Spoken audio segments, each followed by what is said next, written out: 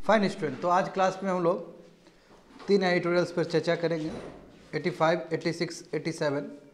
तो 85 में हमें समझना है कि जब मॉडल कोड ऑफ कंडक्ट लगता है तो उसके बाद क्या क्या चीज़ सरकार को करना पड़ता है, पॉलिटिकल पार्टी को क्या क्या करना पड़ता है, कैंडिडेट को क्या क्या करना पड़ता है, वो सभी चीज़ समझते हैं, समझना होगा हमें।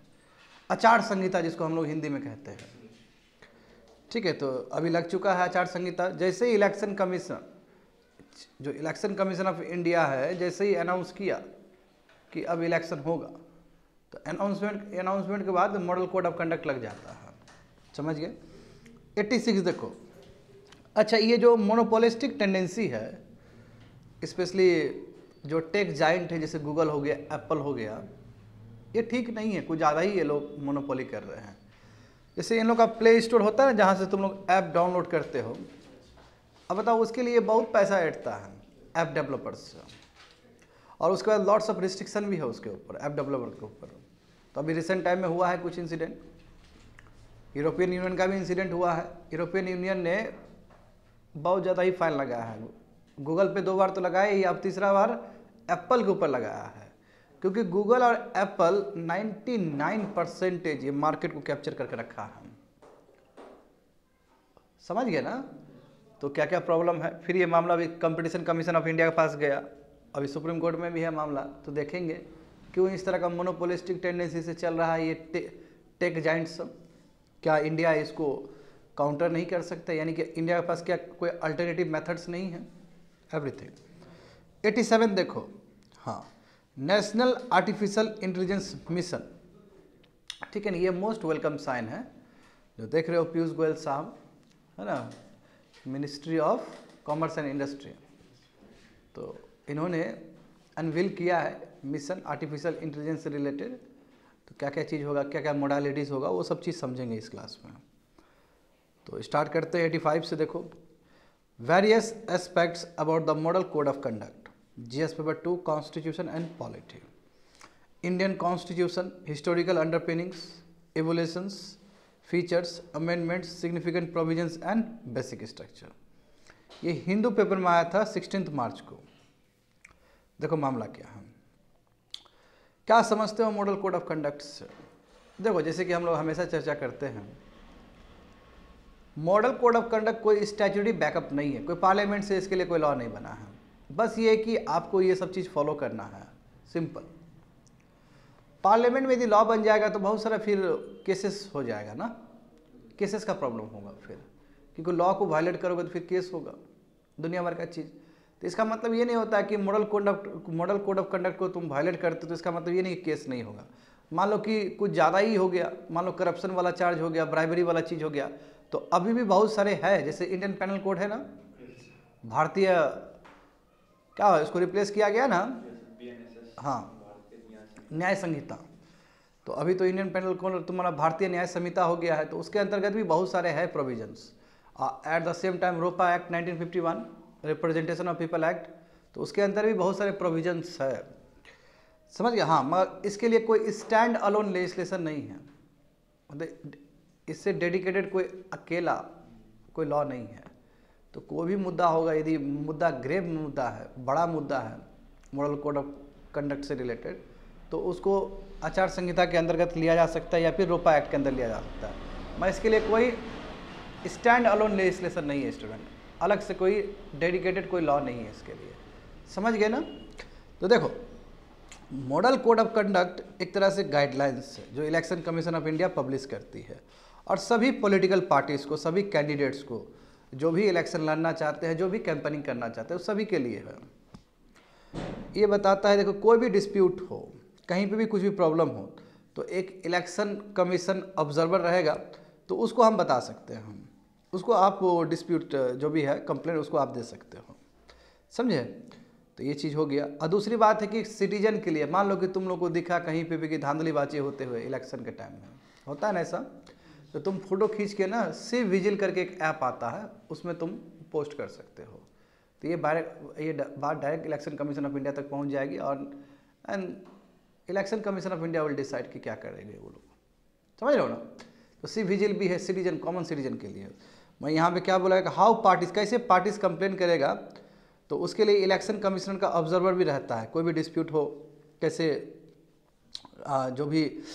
जो भी अभी सत्ता में है, जो भी मिनिस्टर हो, उसको कैसे कंडक्ट करना है। क्योंकि देखो सबसे बड़ा प्रॉब्लम होता है जो गवर्नमेंट में है, क्योंकि वो तो बात ही नहीं मानता है, हम जानते हैं कई बार उल्लंघन कर देता है।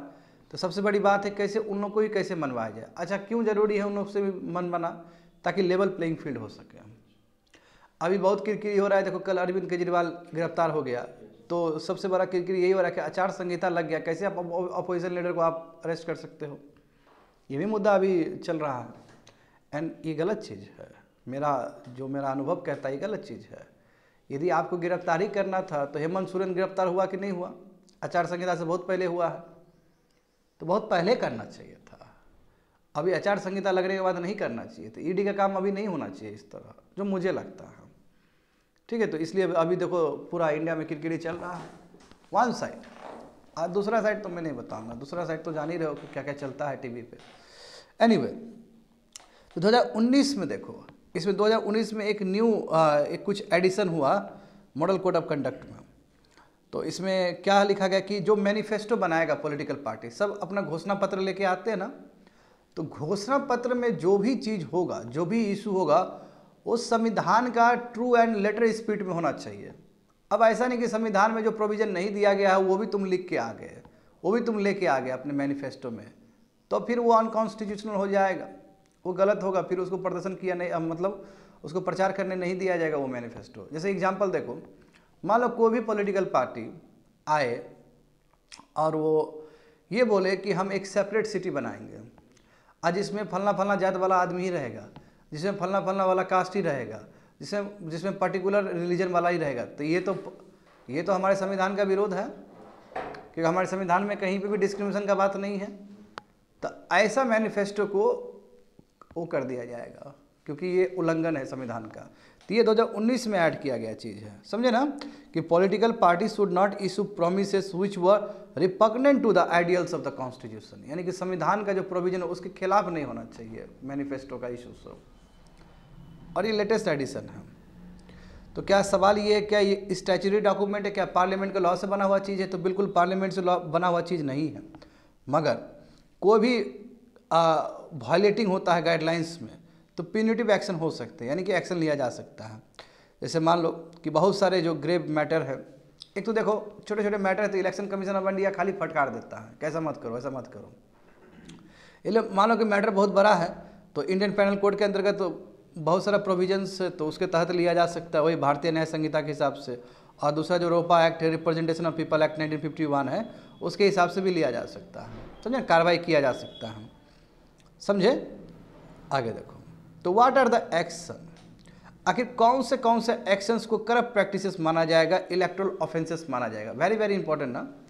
जब आचार संहिता लग गया, मॉडल कोड ऑफ कंडक्ट लग गया, तो क्या क्या यदि पॉलिटिकल पार्टी करता है या क्या क्या कैंडिडेट करता है तो वो इलीगल माना जाएगा, वो करप्ट प्रैक्टिसेस माना जाएगा, वो इलेक्टोरल फ्रॉड माना जाएगा।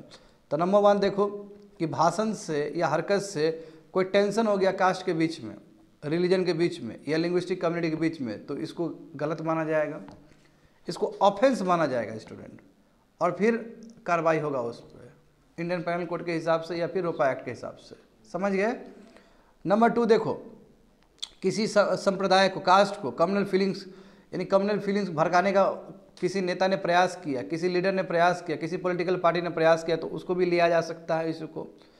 हाँ, कोई भी वर्शिप प्लेस है, जैसे मान लो कि गिरजाघर हो गया, चर्च हो गया, मंदिर हो गया, मस्क हो गया, यहाँ से कोई भी प्रोपेगेंडा फैलाता है, समझे ना, तो उसको भी टेकन अप किया जा सकता है। कोई मान लो कि ब्राइबिंग दे रहा है, घूस दे रहा है वोटर्स को, जानते हो ना इलेक्शन के टाइम में होता है ना, वोटर्स को पैसा दिया जाता है, यदि ये पकड़ा गया तो ये इलेक्ट्रल ऑफेंस माना जाएगा, करप्ट प्रैक्टिसेस माना जाएगा। और पोलिंग बूथ जो भी है जहाँ पे भी रहेगा, पोलिंग बूथ के यदि 100 मीटर के दायरे पे यदि कोई तरह का फंक्शंस हो रहा है, कैनवसिंग मतलब कोई तरह का फंक्शन हो रहा है, तो वो भी करप्ट प्रैक्टिसेस माना जाएगा, इलेक्ट्रल ऑफेंस माना जाएगा। और पोलिंग स्टेशन तक यदि वोटर को कोई पॉलिटिकल पार्टी या कैंडिडेट पहुंचा रहा है ई रिक्शा या कोई भी माध्यम से, तो वो भी ऑफेंस माना जाएगा। होता है ना कि ये देखो वोटर है हमारा, ये जा रहा है और उसके साथ कैंडिडेट उसको लाद के ले जा रहा है तो वो गलत हो जाएगा, वो गलत चीज़ है। पब्लिक मीटिंग्स को यदि डिसरप्ट कर रहा है तो वो भी गलत चीज़ है। पब्लिक मीटिंग को आप वो नहीं कर सकते हो, समझे ना। और दारू यदि मान लो कि पोलिंग डे के दिन जानते हो ना दारू वगैरह कितना चलता है, तो ये भी यदि कोई पता चल जाए कि कोई पॉलिटिकल पार्टी कर रहा है, कैंडिडेट कर रहा है, तो ये भी इलेक्टोरल ऑफेंस और करप्ट प्रैक्टिसेस है। और हाँ, जब इलेक्शन होते हैं तो 48 आवर्स पहले, 2 दिन पहले आप कुछ नहीं कर सकते हो, आप कोई भी पब्लिक मीटिंग्स होल्ड नहीं कर सकते हो। सब लोग डिस्पर्स्ड हो जाते हैं, जितने भी कैंडिडेट सब है सब अपने अपने घर चले जाते हैं। तो जो 48 आवर्स होता है बहुत इंपॉर्टेंट आवर्स होता है इलेक्शन से पहले, पोलिंग जो डे है ना उससे 48 आवर्स पहले कुछ भी पॉलिटिकल मीटिंग्स वगैरह रैली वगैरह नहीं हो सकता है। समझ गए ना। तो ये सभी चीज़ है। तो आगे देखते हैं। अब इम्पॉर्टेंट चीज़ है कि सरकार के लिए क्या गाइडलाइंस है। देखो सरकार के लिए इम्पॉर्टेंट बात है क्योंकि सरकार सत्ता में है, सरकार के पास सभी चीज़ें, स्टेट का मशीनरी है उसके पास ईडी है, सीबीआई, हर एक चीज़ उसके पास है। तो कम से कम मान लो कि ये दुरुपयोग भी तो कर सकता है, कर ही रहा है, दुरुपयोग भी तो हो ही सकता है। तो लेवल प्लेइंग फील्ड के लिए, ताकि अपोजिशन को भी बराबर का अधिकार मिले, उसके लिए सरकार के ऊपर क्या गाइडलाइंस है। तो देखो यूनियन मिनिस्टर, यानी कि मान लो कि नया कोई चीज़ प्रोग्राम और पॉलिसी को इम्प्लीमेंट करना है, होता है ना आचार। देखो नॉर्मली आचार संहिता के बाद कोई भी प्रोग्राम और पॉलिसी अनाउंस नहीं होते हैं, कोई भी नए प्रोग्राम और पॉलिसी कभी भी अनाउंस नहीं हो सकते, मगर फिर भी मान लो करना है तो इलेक्शन कमीशन ऑफ इंडिया से अप्रूवल लेना पड़ेगा एक्सट्रीम केस में। ऐसे तो नॉर्मली हम उम्मीद नहीं करते हैं कि कोई जो सत्ता में बैठा हुआ है वो करेगा, वो अनवील करेगा पॉलिसी, कभी भी उम्मीद नहीं करते। मान लो को करना है, मान लो कि कुछ इमरजेंसी आ गया, उसको पॉलिसी और प्रोग्राम को अनवील करना है, यानी कि उसको करना है, लागू करना है, तो उस समय एक स्पेशल कंडीशन के अंदर कर सकता है, जो कैबिनेट सेक्रेटेरिएट है, ठीक है, उसके थ्रू कर सकता है वो, ठीक है। यानी कैबिनेट सेक्रेटरी इलेक्शन कमीशन को भेजेगा, वो रिक्वेस्ट करेगा कि सर हमको करना है, इमरजेंसी है, तो कर सकता है। हाँ, पब्लिक प्लेस, हेलीपैड जानते हो जहाँ हेलीकॉप्टर सब वगैरह उतरता है, वो सब पार्टी के लिए, सब कैंडिडेट के लिए अवेलेबल होना चाहिए।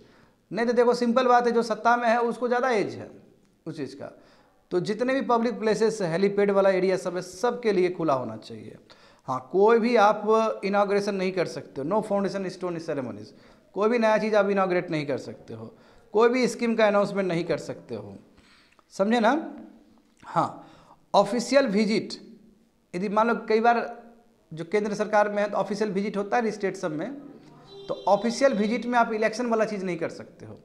तुम लोग गौर किए हो, जब मोदी जी आते हैं बिहार सब में, जब ऑफिशियल विजिट होता है तो नीतीश कुमार भले ही अपोजिशन में हो या साथ में हो, जाते हैं रिसीव करने के लिए, मगर जब वो रैली के लिए जब आते हैं तब फिर नहीं जाएंगे, क्योंकि वो दूसरे रीजन से आ रहे हैं। तो वही बोला कि ऑफिशियल कैपेसिटी में इलेक्शन वाला काम नहीं हो सकता है।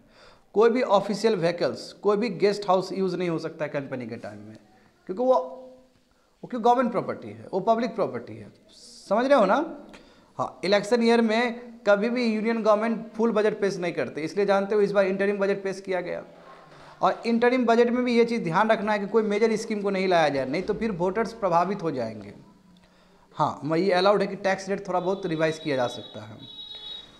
MP लैड, हर MP को मिलता है ना, MP लैड स्कीम जानते हो ना, हर MP को 1 करोड़ समथिंग मिलता है अपने क्षेत्र पे खर्च करने के लिए, तो वहाँ से फंड एलोकेट, फ्रेश फंड नहीं दिया, फ्रेश फंड MP लैड से अनाउंस नहीं किया जा सकता, रिलीज नहीं किया जा सकता है।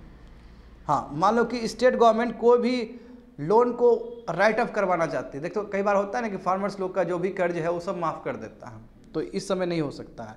यदि होगा तो इमरजेंसी सिचुएशन में इलेक्शन कमीशन ऑफ इंडिया के अप्रूवल से ही हो सकता है, नॉर्मल कंडीशन में बिल्कुल भी नहीं हो सकता, नहीं तो डायरेक्ट वोटर प्रभावित हो जाएगा। अब मान लो किसान का बहुत सारा कर्ज है, उसको माफ़ कर दिया जाए तो एक ही बार में हो जाएगा, वो तो बहुत बड़ा वोटर बन जाएगा फिर। तो नॉर्मल सर्कमस्टेंसेस में स्टेट कभी भी लोन को माफ़ नहीं कर सकती, और हाँ ऐसा सिचुएशन है तो इलेक्शन कमीशन ऑफ इंडिया से पहले पूछना पड़ेगा स्टेट को या सेंटर को भी, समझ गए ना। कोई भी एडहॉक अपॉइंटमेंट ऑफिसर का नहीं हो सकता है, होता है ना एडहॉक अपॉइंटमेंट होता है ना, टेम्पररी अपॉइंटमेंट सब, वो नहीं हो सकता है। हाँ, एडवर्टीजमेंट हो या होर्डिंग हो, पब्लिक के मनी से बिल्कुल भी नहीं हो सकता है। तो समझ गए, ये सब सरकार के लिए है जो सत्ता में है, क्योंकि सरकार को रोकना जरूरी है, क्योंकि इलेक्शन के टाइम में सरकार, जानते हो कि सरकार के पास पूरा मशीनरी है, वो इन्फ्लुएंस कर सकता है इलेक्शन प्रोसेस को, इसलिए ये सभी चीज़ रिस्ट्रिक्शन है। तो तुम्हारे ऊपर सवाल, तुम लोग के मन में ये सवाल उठता होगा कि क्या यदि ये सब फॉलो नहीं करे तो क्या कुछ हो सकता है। तो देखो जाहिर सी बात है, दुनिया देख ही रहा है, सबको पता है। इलेक्शन कमीशन ऑफ इंडिया को देखो वो बहुत मुश्किल है बोलना। इलेक्शन कमीशन ऑफ इंडिया ज़्यादा कुछ नहीं बोल सकती है सरकार को, आ रहा है समझ में। हाँ, मगर अनएथिकल चीज़ है, डायरेक्ट लोगों को पता चल जाए कि गलत चीज़, आचार संहिता लग गया तो आप ऐसे क्यों करोगे फिर। हाँ, मगर वही बात है कि कोई इसके लिए स्टैंड अलोन लेजिस्लेशन नहीं है। बीच में मुद्दा आया था कि इसके लिए एक लॉ बन जाता तो चाहे सत्ता में हो चाहे अपोजिशन में हो, लेवल प्लेइंग फील्ड और अच्छा हो जाता। मगर दूसरी बात ये कि इलेक्शन के टाइम में मानते हो कि हीटेड आर्गूमेंट सब होते रहता है, तो कितना केस जाएगा, फिर तुम्हारा केस लंबित हो जाएगा कोर्ट सब में, फिर कोर्ट को इंटरफेयर करना पड़ेगा यहाँ पे, तो मामला और जटिल हो जाएगा। इसलिए इसको स्टैट्यूटरी बैकअप नहीं मिला है। तो what are the other important aspect of model code of conduct. और क्या चीज़ है, देखो ये कब लागू होता है, जैसे इलेक्शन शेड्यूल अनाउंस्ड हुआ by the election commission of India, ये तुरंत लागू हो जाएगा। और जब तक रिजल्ट नहीं आता है, यानी कि आपका जो भी है ये पूरा इलेक्शन प्रोसेस तक रहेगा, ये जब तक जो रिजल्ट अनाउंस नहीं होगा तब तक आचार संहिता लगा ही रहता है स्टूडेंट, समझ गए ना। और आचार संहिता केवल लोकसभा के लिए ही नहीं होता, आचार संहिता विधानसभा के लिए भी लगता है स्टेट में। और इतना ही नहीं, जब तुम्हारा म्यूनिसिपैलिटी का जब चुनाव होता है, लोकल पंचायत का चुनाव होता है, उस समय भी लगता है। और इतना ही नहीं, MLC लेजिस्लेटिव काउंसिल में जो टीचर का कॉन्स्टिट्यूएंसी होता है, ग्रेजुएट का कॉन्स्टिट्यूएंसी, उस समय भी लगता है। हम जानते हैं कि 6 और 7 स्टेट में भारत के MLC भी है, मेंबर है ना। LC मतलब वही लेजिस्लेटिव काउंसिल भी है। असेंबली तो हर स्टेट में है, लेजिस्लेटिव काउंसिल भी है, क्योंकि बहुत सारा स्टेट बाईकैमरल भी है जहाँ पे 2 हाउस है। तो सेकेंड जो हाउस होता है LC लेजिस्लेटिव काउंसिल, उसमें से टीचर लोग को चुना जाता है, हाँ, उसमें और भी लोग को चुना जाता है। उस समय भी आचार संहिता लागू होता है विद्यार्थी। यानी कि हर इलेक्शन, चाहे छोटा से छोटा बड़ा से बड़ा, हर टाइम ही तुम्हारा क्या लगेगा, मॉडल कोड ऑफ कंडक्ट लगेगा। देखो यहाँ पे पॉलिटिकल पार्टीज़ हो या कैंडिडेट्स हो, है ना, कभी भी वो लोग दूसरे का प्राइवेट लाइफ, जो भी लीडर्स का, वर्कर्स का प्राइवेट लाइफ को वो कुछ उसके बारे में कुछ कमेंट नहीं कर सकता है। सोशल मीडिया में इस तरह का पोस्ट नहीं डाल सकता है, समझ गए ना। जानते हो ना सोशल मीडिया में कितना उल्टा पुल्टा पोस्ट दे देता है। दूसरी बात है कि लाउड स्पीकर और पब्लिक स्पेसेस को यूज़ करने से पहले लोकल पुलिस से आपको परमिशन लेना होगा। और लाउड स्पीकर कभी भी 10 PM से लेकर 6 AM के बीच में यूज़ नहीं किया जा सकता इलेक्शन प्रोसेस या इलेक्शन कैंपेन के टाइम में। कोई भी पॉलिटिकल पार्टी को पेमेंट 10,000 से ज़्यादा नहीं होना चाहिए। यदि मान लो कि एक आदमी कोई पेमेंट करना चाहता है कोई भी पॉलिटिकल पार्टी को, हाँ, तो वो 10,000 से ज़्यादा नहीं होना चाहिए। No political party can make any payment over ₹10,000 in cash to any person, company और एंटिटी। कोई भी पॉलिटिकल पार्टी 10,000 से ज़्यादा चंदा बोलो या कुछ भी बोलो, दूसरे आदमी को नहीं दे सकता, दूसरे कंपनी को नहीं दे सकता। अन्यथा क्या लगेगा कि पैसा दे के वोट ले रहा है, समझे ना। तो ये सब चीज़ बहुत इंपॉर्टेंट है। मॉडल कोड ऑफ कंडक्ट जब लगता है तो ये सब चीज़ को फॉलो करना पड़ता है। होप सो समझ में आ गया होगा तुम लोग को। चलो सेकंड देखते हैं। सेकंड भी उतना ही मज़ेदार चीज़ है कि जो मोनोपोलिस्टिक टेंडेंसी है गूगल का, है ना, एप्पल का, ये ठीक नहीं है।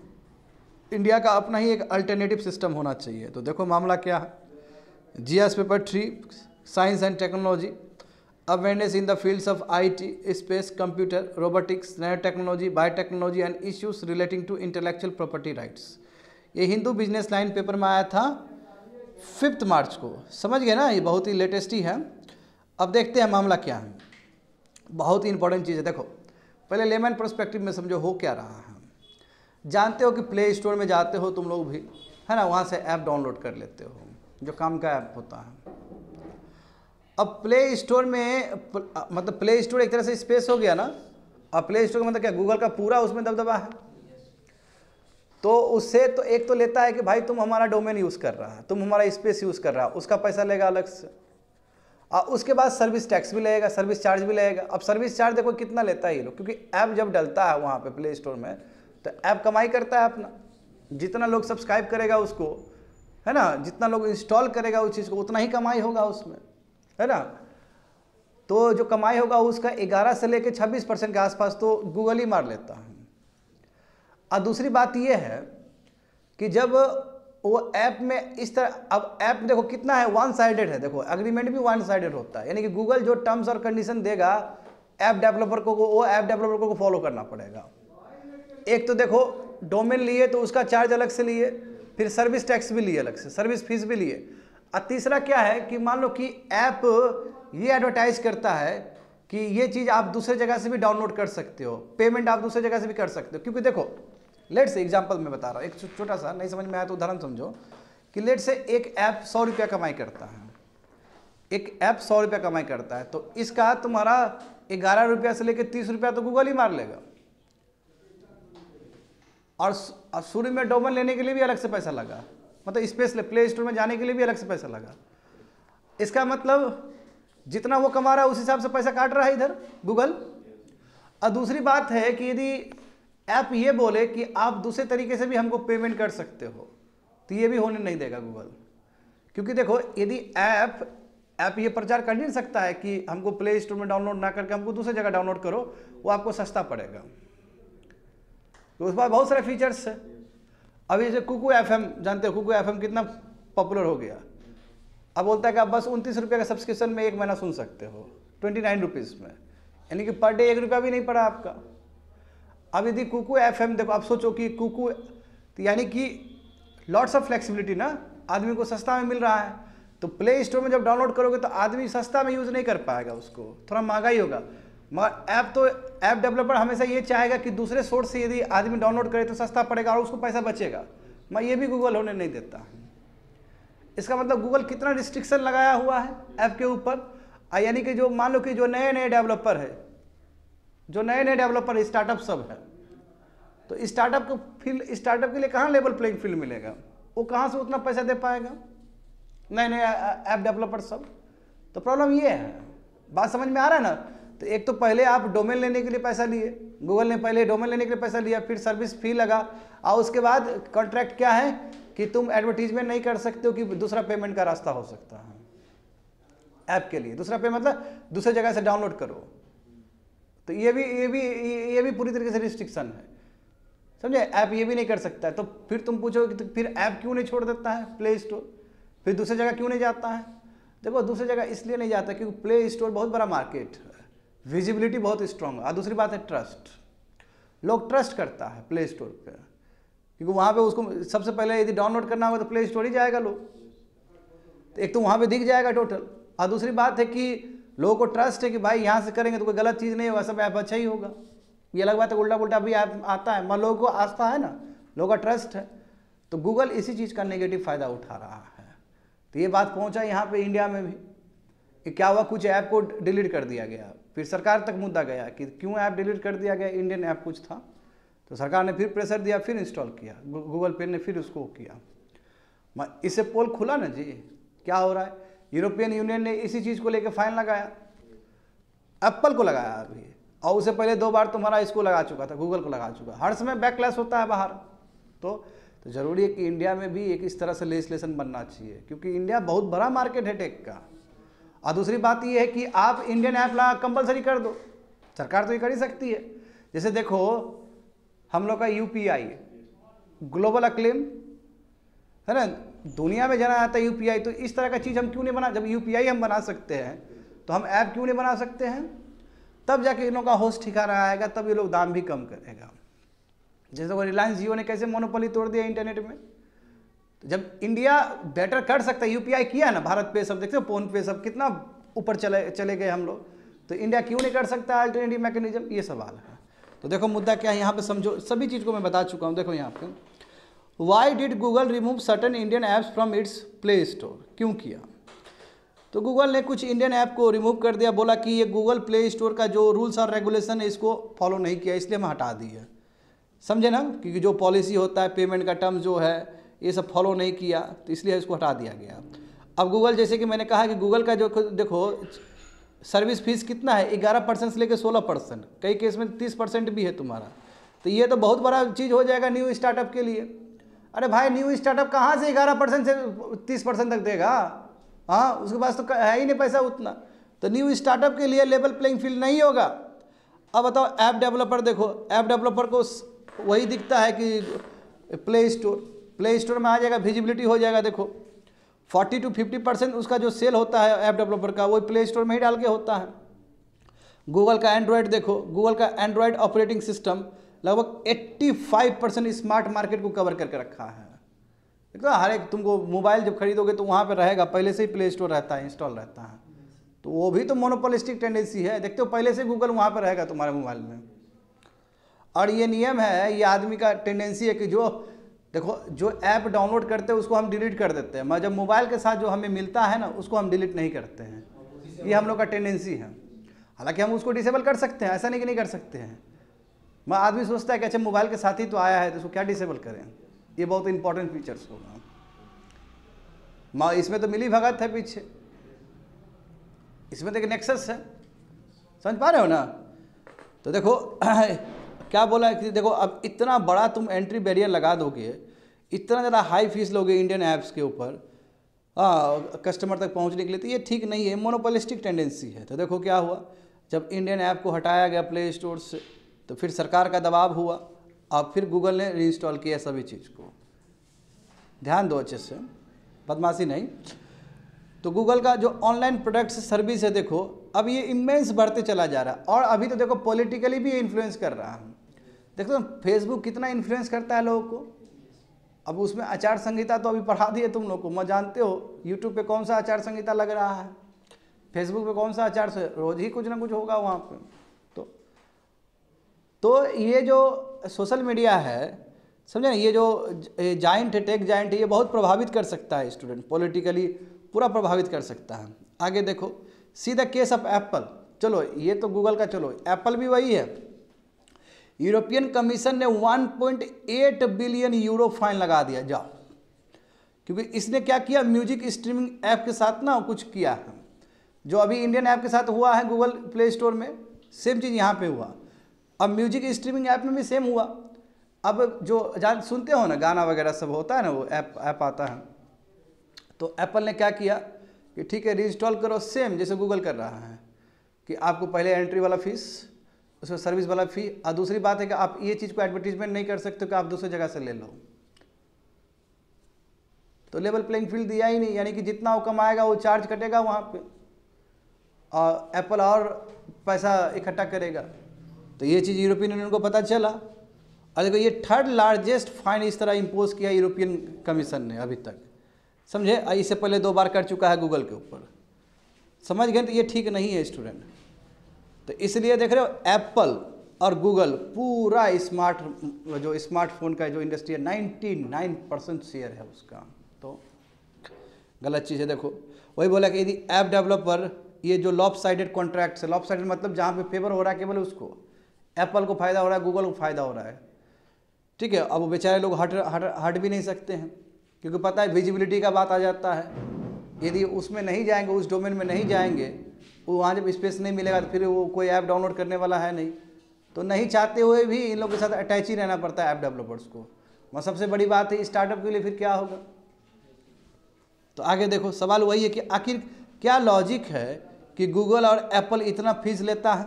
तो ये लोग वही बोलता है, सिंपल बात है कि विजिबिलिटी हम आपको दे रहे हैं, और दूसरा बात है ट्रस्ट फैक्टर, क्योंकि हमारा बेटिंग प्रोसेस से गया है सब चीज़, सब लोग देख सकता है वहाँ पे।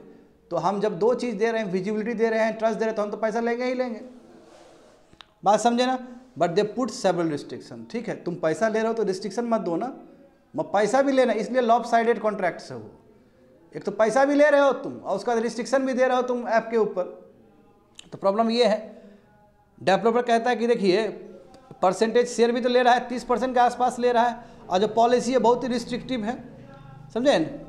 दूसरा क्या कि जो जितने भी एंड्रॉयड मैन्युफैक्चरर है वो बोलता है कि गूगल जो प्ले स्टोर है वो तुम्हारा वो जैसे एग्जांपल देखो, दूसरा आप नहीं कर सकते उसमें, यानी कि आपको वही वाला करना है। कहने का मतलब क्या है कि आप दूसरे जगह से आप वो नहीं कर सकते हो, इंस्टॉल नहीं कर सकते हो, यानी कि आप एडवर्टीजमेंट नहीं कर सकते हो ऐसा कि आप दूसरे जगह से डाउनलोड कर लो।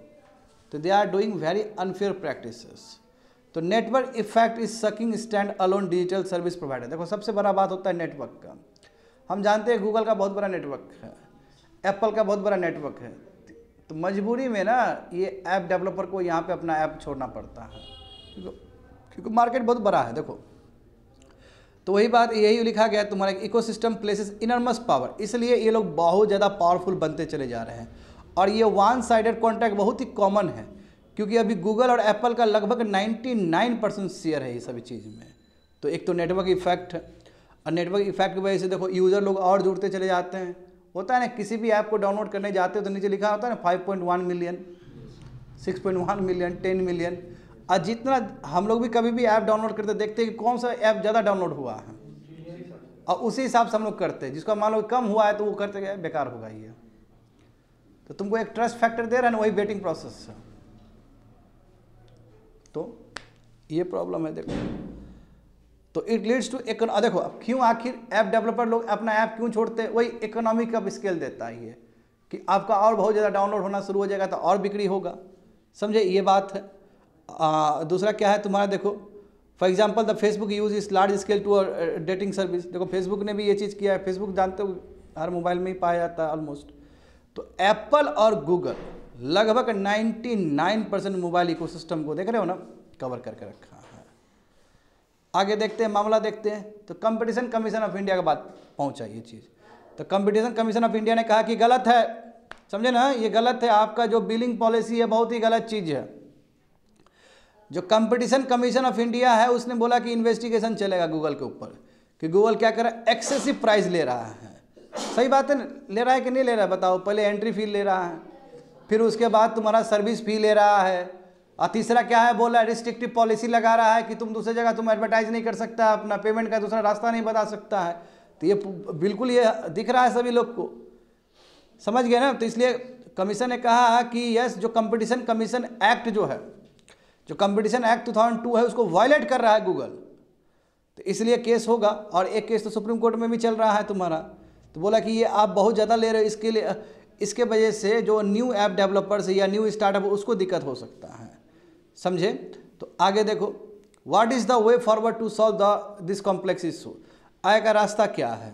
तो आय का रास्ता है कि सबसे पहले आप लॉ लाओ। यदि आप लॉ लेके नहीं आ पा रहे हो तो बीच में आपको रेगुलेट करना पड़ेगा। तो पहले फी रेगुलेट करो गूगल का सबसे फर्स्ट, ताकि ये मोनोपोलिस्टिक प्रैक्टिसेस प्रिवेंट हो सके, नंबर 1। हाँ, आईटी मिनिस्ट्री देखो एक लॉन्ग टर्म सोल्यूशन के साथ उसको आना पड़ेगा। दूसरा बात ये है कि इंडिया का सेंट्रिक अल्टरनेटिव होना चाहिए, इंडिया का अपना ही अल्टरनेटिव होना चाहिए, समझे। देखो इंडिया देखो यूपीआई ONDC में बहुत आगे निकल गया है ना, वो डिजिटल कॉमर्स है तुम्हारा। तो उसमें तो इंडिया बेस्ट हो गया, बेस्ट है इंडिया। तो क्यों नहीं हमारा अपना ही इंडियन ऐप हो, हाँ, चाहे कोई भी ऑपरेटिंग सिस्टम है, कोई भी हार्डवेयर है इंडिया में, सब में इंस्टॉल रहेगा। क्योंकि इंडिया में कोई सामान बिक रहा है तो कंपलसरी हो सकता है। जैसे जानते हो ना ये नैविक, जैसे अभी हम लोग देखते हैं ना गूगल मैप वाला नैविक, तो अब हर मोबाइल में ही अब आना शुरू हो जाएगा, या आना शुरू भी हो गया होगा। नया नया मोबाइल लोगे तो नैविक उसमें होगा, होना चाहिए कायदे से, क्योंकि हमारा इंडिया का है तो हम ले सकते हैं। हाँ ठीक है, अब वो उसमें हो सकता है काम चल रहा हो, मगर इंडिया का है तो इंडिया का बाउंड्री के अंदर तो बिक सकता है ना जी। तो हम अपना कंपलसरी कर दे, वो ज़्यादा बेटर रहेगा। हम कंपलसरी कर देंगे, इंडियंस लोग यूज़ करना शुरू कर देगा, अपने आप गूगल और एप्पल के ऊपर दबाव आ जाएगा। तो ये ज़्यादा बेटर सोल्यूशन है, बात समझे ना। तो सरकार को बिल्कुल, सरकार को ये सब चीज़ करना चाहिए देखो। और हमें सिमिलर लॉ लेके आना चाहिए जो यूरोपियन यूनियन अपने डिजिटल मार्केट एक्ट लेके आया है। तो उसी तरह, नहीं तो ये बिग टेक कंपनी सब जो है वो आगे इस तरह अपना जो पावर है उसको अब्यूज़ करते हुए चला जाएगा। और हम जानते हैं कुछ साल पहले ऑस्ट्रेलिया से लड़ लिया था गूगल। बताओ, एक टेक जाइंट एक कंट्री से भी लड़ लेता है, वो भी 100 कंट्री से लड़ रहा है, बड़ी बात है ना। एक कंपनी, सोचो एक कंपनी का क्या हैसियत है कि एक कोई 100 कंट्री से वो लड़ रहा है। तो ये दिख रहा है कि ये लोग कितना मतलब लार्जर दैन लाइफ निकल गया है लोग। नहीं भाई, एक देखो कंपैरिजन भी तो कंट्री और कंट्री के बीच में हो तो ज़्यादा बेटर रहेगा। एक कंट्री को मान लो एक कंपनी वो कर रहा है, धमका रहा है, एक कंपनी बोल रहा है कि तुम्हारा कुछ हैसियत नहीं है, हम तुमसे ऊपर है, तो ये गलत चीज़ ना है। और ये हमने देखा था 2 साल पहले, 1.5 साल पहले रिसेंट टाइम में जो हुआ था ऑस्ट्रेलिया और गूगल के बीच में। अभी देखो गूगल देखो, इसलिए यूएस और यूरोपियन यूनियन ठीक करता है गूगल को। यूएस ज़्यादा गूगल कुछ नहीं करे क्योंकि उसी का कंपनी है। मैं यूरोपियन यूनियन तो हर समय एकदम स्ट्रिक्ट है। टिकटॉक बैन हो गया ना यूएस से, तो हाँ, तो टिकटॉक तो बैन कर दिया यूएस ने। मैं बोलो दूसरा ऐप वो नहीं करेगा वो, क्योंकि वो इसलिए यूएस थोड़ा नरम है, क्योंकि सब ऐप डेवलपर ही है, जितना मेन है सब वो वहीं का है। मैं यूरोपियन यूनियन नहीं करेगा वो। यूरोपियन यूनियन बहुत सख्त है, स्पेशली डेटा को लेके यूरोपियन यूनियन बहुत ज़्यादा सख्त है, समझ गए ना स्टूडेंट। तो लीगल फ्रेमवर्क जब नहीं है हमारे पास तो यस कोशिश होना चाहिए अनफेयर मार्केट प्राइजेस ना हो, प्रैक्टिसेस सब ना हो, तो सरकार को इसके लिए आगे बढ़ना चाहिए। चलो तीसरा नंबर देखो 87 देखो, नेशनल आर्टिफिशियल इंटेलिजेंस मिशन, बहुत ही अच्छी बात है, ठीक है, अनवील किया गया है ये। GS paper 3 science and technology development and their application and effects in everyday life achievements of Indians in science and technology, Indiaization of technology and developing new technology. ये बिजनेस स्टैंडर्ड पेपर में आया था 11 मार्च को, समझ गए ना, ये 11 मार्च को आया है। तो मामला देखते हैं क्या है। यूनियन कैबिनेट ने national artificial intelligence mission unveiled किया है, क्लियर कर दिया है। लगभग कह सकते हो कितना है, 10,000 करोड़ का पैकेज दिया गया है। और इससे क्या होगा कि जो कंप्यूटिंग, देखो आर्टिफिशियल इंटेलिजेंस का इंफ्रास्ट्रक्चर बनाना है तो सबसे ज़रूरी है कि डेटा फाइनिंग, डेटा को ट्यून करना पड़ेगा। देखो हर डेटा काम का नहीं होता है, डेटा के ऊपर आपको ट्यूनिंग करना पड़ेगा। डेटा का ट्यूनिंग करना मतलब क्या कि डेटा जो जेन्युइन डेटा हो, नहीं तो जानते हो कि आर्टिफिशियल इंटेलिजेंस में खाली डेटा का ही काम है। यदि हम गलत डेटा दे देंगे, बच्चों एक एग्जांपल दे रहे हैं, जैसे पहले क्या था कि अगली मैन जब टाइप करते थे तुम गूगल में तो तुमको अफ्रीका का आदमी दिखा देता था। गलत चीज़ है कि नहीं है बताओ, यानी कि काला जो आदमी है अफ्रीका का वो अगली मैन होगा, अर्ली मैन नहीं, अगली मैन बोल रहा हूँ मैं। ये तो गलत बात है, ये तो पूरा बाइस्ड हो गया ना, यानी कि अफ्रीकन जो देखने में जो थोड़ा ब्लैक होंगे उसको अगली मैन बोला जा रहा है, वेरी बैड ना। इसका मतलब सब डेटा से ही हुआ ही है। तो इसलिए डेटा बायस्ड ना हो, डेटा को आपको क्या करना पड़ेगा, फाइन करना पड़ेगा, ट्यूनिंग करना। ट्यूनिंग का मतलब ही होता है कि बायस्ड वाला डेटा नहीं जाना, नहीं तो बायस्ड वाला डेटा चला गया तो फिर काम बिगाड़ देगा वो। तो इसलिए आर्टिफिशियल इंटेलिजेंस का इकोसिस्टम बनाना है तो सबसे पहले डेटा ट्यूनिंग करना हमें पहले सीखना होगा, उसके लिए ही इन्वेस्टमेंट करना होगा। तो उसी के लिए पैसा दिया गया है स्टूडेंट, बात समझो। अब देखो हाँ ये अलग बात है, क्रिटिक्स यहाँ बोलेंगे कि आई भाई आर्टिफिशियल इंटेलिजेंस तो अपने आप पकड़ रहा है रास्ता, तो तुमको अलग से इंसेंटिव देने की क्या जरूरत है, तुमको वायबिलिटी गैप फंडिंग देने की क्या जरूरत है। फिर भी बोले कि नहीं सर हम देंगे, क्योंकि मेन मुद्दा है कि यस सपोर्ट करना जरूरी है आर्टिफिशियल इंटेलिजेंस को। मैं क्रिटिक्स भी अपने ओर से सही बोलते हैं, क्योंकि आर्टिफिशियल इंटेलिजेंस ऐसा है कि उसको पैसा नहीं भी दोगे तो अपने आप ग्रोथ कर जाएगा। वहाँ हो सकता है सरकार के ध्यान में ये हो कि थोड़ा सा सिस्टमैटिक तरीके से चले, डेटा ट्यूनिंग अच्छे से हो, इकोसिस्टम इंडिया में डेवलप्ड हो, इसलिए इस तरह का पॉलिसी लाया गया। देखो तो क्या है, वायबिलिटी गैप फंडिंग है, समझ गए ना, ताकि हाई एंड कंप्यूटिंग इंफ्रास्ट्रक्चर हम प्राइवेट सेक्टर बना सके। अब कहोगे कि प्राइवेट सेक्टर जो बना रहा है इस तरह का इंफ्रास्ट्रक्चर, प्राइवेट सेक्टर को क्यों पैसा चाहिए, क्योंकि कोई भी आप इंफ्रास्ट्रक्चर प्राइवेट सेक्टर बनाएगा तो इतना जब पैसा लगाएगा तो उसको डर लगेगा, एक तो बहुत पैसा लगता है। यदि सरकार का बैकअप रहेगा तो बनाने में आसान होगा, ये भी पॉइंट है, समझे। ये भी वन पॉइंट है कि प्राइवेट सेक्टर को इसलिए सपोर्ट मिलना चाहिए क्योंकि बहुत पैसा लगता है। दूसरी बात है देखो कुछ अमाउंट तुम्हारा स्टार्टअप के लिए भी दिया है कि स्टार्टअप में भी इन्वेस्टमेंट होगा, रिसर्च एंड डेवलपमेंट में भी होगा, आर्टिफिशियल इंटेलिजेंस से रिलेटेड, समझे ना। और देखो नीचे क्या लिखा गया कि foundational model with capacity exceeding 100 billion parameters train on database, यानी कि डेटा के लिए दिया जा रहा है कि और अच्छा ट्यूनिंग हो सके डेटा का, डेटा और अच्छा हो। और देखो अलग अलग देखो मेजर लैंग्वेजेस में हेल्थ केयर, एग्रीकल्चर, गवर्नेंस, बहुत अलग अलग सेक्टर को कवर करने का बात है यहाँ पे, समझ पा रहे हो ना। और eight the same time artificial intelligence curation unit भी रहेगा, वो भी एक इकोसिस्टम का हिस्सा है, समझ गए ना। आगे देखो वेरियस एस्पेक्ट, इस मिशन में और भी क्या चीज़ है, देखो कितना वायबिलिटी गैप फंडिंग तुम लोग समझ लो सब्सिडी टाइप का है, यानी कि कभी भी प्रोजेक्ट कोई वाइबल नहीं होता है तो सरकार पीछे से मदद करती है उस प्रोजेक्ट को वाइबल बनाने के लिए, तो उसी को बोलते हैं वायबिलिटी गैप फंडिंग। 4,500 करोड़ का दिया जा रहा है ताकि तुम्हारा high and graphics processing unit को बनाया जा सके। हाँ लगभग 2,000 करोड़ रुपया दिया जाएगा स्टार्टअप के लिए, इसकी स्टार्टअप ही आगे बढ़ेगा क्योंकि आर्टिफिशियल इंटेलिजेंस अपने आप में नया चीज़ है, समझ गए ना। 2,000 करोड़ तुम्हारा दिया जाएगा Indian artificial intelligence innovation research centre के लिए ताकि रिसर्च एंड डेवलपमेंट कर सके। Indian artificial intelligence data sets platform भी बनाए जाएंगे। तो आर्टिफिशियल इंटेलिजेंस रिलेटेड बहुत सारे इकोसिस्टम तैयार किया जाएगा, कहने का मतलब ये है स्टूडेंट। तो पब्लिक और प्राइवेट इंटिटीज दोनों का ही कोलैबोरेशन चाहिए। तो what are the suggestion from expert, expert क्या बोल रहे हैं, तो एक्सपर्ट वही बोल रहे हैं या फिर क्रिटिक्स ये बोल रहे हैं कि देखिए प्राइवेट सेक्टर कैपेबल है, वो बना लेंगे, आपको इतना पैसा देने की ज़रूरत नहीं है। बस आपको जो करना है, पॉलिसी सपोर्ट करिए, आप इकोसिस्टम दीजिए, आप इन्वायरमेंट दीजिए। देखो मान लो कि कोई प्राइवेट प्लेयर बहुत अच्छा आर्टिफिशियल इंटेलिजेंस इकोसिस्टम बना दिया, अब बाद में सरकार ने कहा कि ये गलत है, तो आप जो पैसा दे रहे हो उससे पहले आप इम्पोर्टेंट है कि आपका जो पॉलिसी है उसको आप स्टेबल करो, पॉलिसी प्रिडिक्टेबल बनाओ, इन्वायरमेंट प्रिडिक्टेबल बनाओ, ताकि प्राइवेट प्लेयर इसमें सर्वाइव कर सके। बात समझ गए? तो वही बोला कि सरकार फोकस करे इनेबलिंग इन्वायरमेंट पे, इन्वायरमेंट देने का बात करे, समझे। रेगुलेशन और लेजिस्लेशन जो है बहुत ही क्लियर होना चाहिए, बहुत ही स्टेबल होना चाहिए। और दूसरी बात है कि जो कस्टम्स और टैक्स पॉलिसी लगता है वो भी बहुत सेंसिबल होना चाहिए, मतलब रिलेवेंट होना चाहिए। अब ऐसा नहीं कि वहाँ पे बहुत सारा टैक्स काट दिए तो फिर ठीक नहीं होगा ये, समझ गए ना। तो पुश कहाँ होना चाहिए, लोकल में, यानी कि हाई एंड इक्विपमेंट जो है हमारे जो इंडिया में मेक इन इंडिया जो बन रहा है, इसमें थोड़ा पुशअप होना चाहिए कि हम भी अपना अंदर ही बना सके बहुत सारा चीज़, हार्डवेयर सॉफ्टवेयर इंडिया में ही बना सके, आर्टिफिशियल इंटेलिजेंस से रिलेटेड चीज़। तो आपका जो पॉलिसी है, आपका जो इकोसिस्टम है बहुत ही प्रिडिक्टेबल होना चाहिए। तो there is a urgent need to fine tune the data. देखो बोला ना कि फाइन ट्यून करना जरूरी है डेटा का। फाइन ट्यून का मतलब क्या है, जेन्युइन डेटा को डालना जरूरी है, प्रोसेसिंग करना जरूरी है, चाहे वो पर्सनल डेटा हो चाहे नॉन पर्सनल डेटा हो। तो आय का रास्ता क्या है, आय का रास्ता यही है कि यस हमें क्या करना होगा स्टूडेंट, कि इस साउंड और स्टेबल फ्रेमवर्क को हमें तैयार करना होगा, यानी कि इन्वायरमेंट जो है बहुत ही एनेबलिंग इन्वायरमेंट होना चाहिए, लेजिस्लेशन बहुत ही प्रिडिक्टेबल होना चाहिए, पॉलिसी बहुत ही प्रिडिक्टेबल होना चाहिए। Once there is a clarity on the policy front, यदि पॉलिसी फ्रंट बहुत ही क्लियर रहेगा तो जाहिर सी बात है इन्वेस्टमेंट तो खुद ही आएगा इस सेक्टर में, क्योंकि ये सेक्टर ही बहुत ही खतरनाक सेक्टर है, क्योंकि केवल इंडिया का नहीं पूरा दुनिया का ध्यान है आर्टिफिशियल इंटेलिजेंस में। तो आपको एनेबलिंग इन्वायरमेंट देना पड़ेगा। That's it, completed.